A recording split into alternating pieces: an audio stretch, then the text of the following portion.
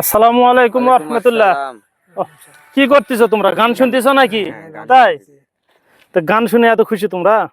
তাই গান শুনে খুব আনন্দ পাচ্ছ? হ্যাঁ, বড় দুঃখের সংবাদ। মুসলমান ঘরে জন্ম নিয়ে মুসলমানের সন্তানে রসুলের উম্মত হয়ে তোমরা কিভাবে গান শোনো? তোমাদের একটা হাদিস শোনায়। হ্যাঁ শুনান। মুজাহিদ রহিমাহুল্লাহ ইবনু উমর রাদিয়াল্লাহু তাআলা আনহুর সঙ্গে এক রাস্তা দিয়ে যাচ্ছিলেন। যাতে মুজাহিদ রহমাল্লাহ দেখলেন ইবনু উমর রাদিয়াল্লাহু তাআলা আনহু তার দুই কানে এভাবে আঙ্গুল দিলেন, দিয়ে কিছু দূর সরে যাওয়ার পর আঙ্গুল খুললেন। এভাবে প্রায় 3 বার ইবনু উমর রাদিয়াল্লাহু তাআলা আনহু কানে এভাবে আঙ্গুল দিলেন, দিয়ে কিছু দূর যাওয়ার পর থেকে কান থেকে আঙ্গুল বের করলেন। তখন মুজাহিদ রহমাল্লাহ ইবনু উমরকে জিজ্ঞাসা করলেন যে,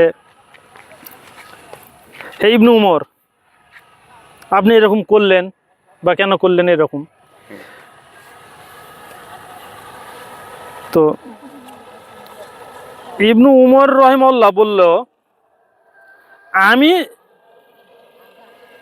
রসুল সাল্লাল্লাহু আলাইহি সাল্লামকে এরকম করতে দেখেছি। অর্থাৎ রসুল সাল্লাল্লাহু আলাইহি সাল্লামও কোনো পথ দিয়ে চলছিলেন, চলতে তার কানে তবলা বা বাজনার আওয়াজ আসলো, তখন রসুল সাল্লাল্লাহু আলাইহি সাল্লাম তার দুই কানে এরকম করে আঙ্গুল দিয়েছিলেন। ওই জন্য ইবনু উমর রাদিয়াল্লাহু তাআলা আনহু তার কানেও একইভাবে যখন তবলার আওয়াজ বা বাজনার আওয়াজ বা গান আসলেন, তখন ইবনু উমর রাদিয়াল্লাহু তাআলা আনহু কানের মধ্যে আঙ্গুল দিলেন। তাহলে এই হাদিস থেকে আমরা বুঝতে পারি সাহাবারা রসুল সাল্লাল্লাহু আলাইহি সাল্লামকে কিভাবে ভালোবাসতেন। রসুল যা করেছেন সাহাবারা তাই করেছেন। তো রসুলের কানে বাজনা আসার সাথে কানে আঙ্গুল দিয়েছিলেন, একইভাবে সাহাবারা করেছেন। তা আমরা ওই রসুলের উম্মত, আমরাও কানে বাজনা আসার সাথে আমরাও যেন কানে এভাবে দু হাত দিয়ে আঙ্গুল দিতে পারি, এই ধরনের মন মানসিকতা আমাদেরকে তৈরি করতে হবে।